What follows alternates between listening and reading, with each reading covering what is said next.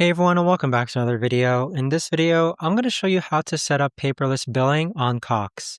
Now this video is going to be particularly useful for individuals. Let's say that you're starting to receive mail from Cox and it's regarding your internet or mobile bill. How do you actually go ahead and set up paperless billing? Now this video is going to be short, sweet, and simple, guys. There's not going to be a lot of steps involved. Now, in order to do this, what you're first going to do is log on to Cox, then click on the profile icon over here, then click on My Account. Next, go ahead and click on Edit Profile Settings. Scroll down, then click on Billing Options, and then where it says Paperless Billing, click on this option here. So this is where you can actually receive paperless billing for your internet and whether you want the language to be in English and Spanish, and then click on Save Billing Preferences. But there you have it, guys. That right there is the best and easiest way that I know of to actually go ahead and turn on paperless billing on Cox.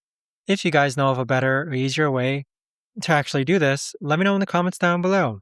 I would love to know. Thanks so much for watching, everyone, and I'll see you guys on the next video.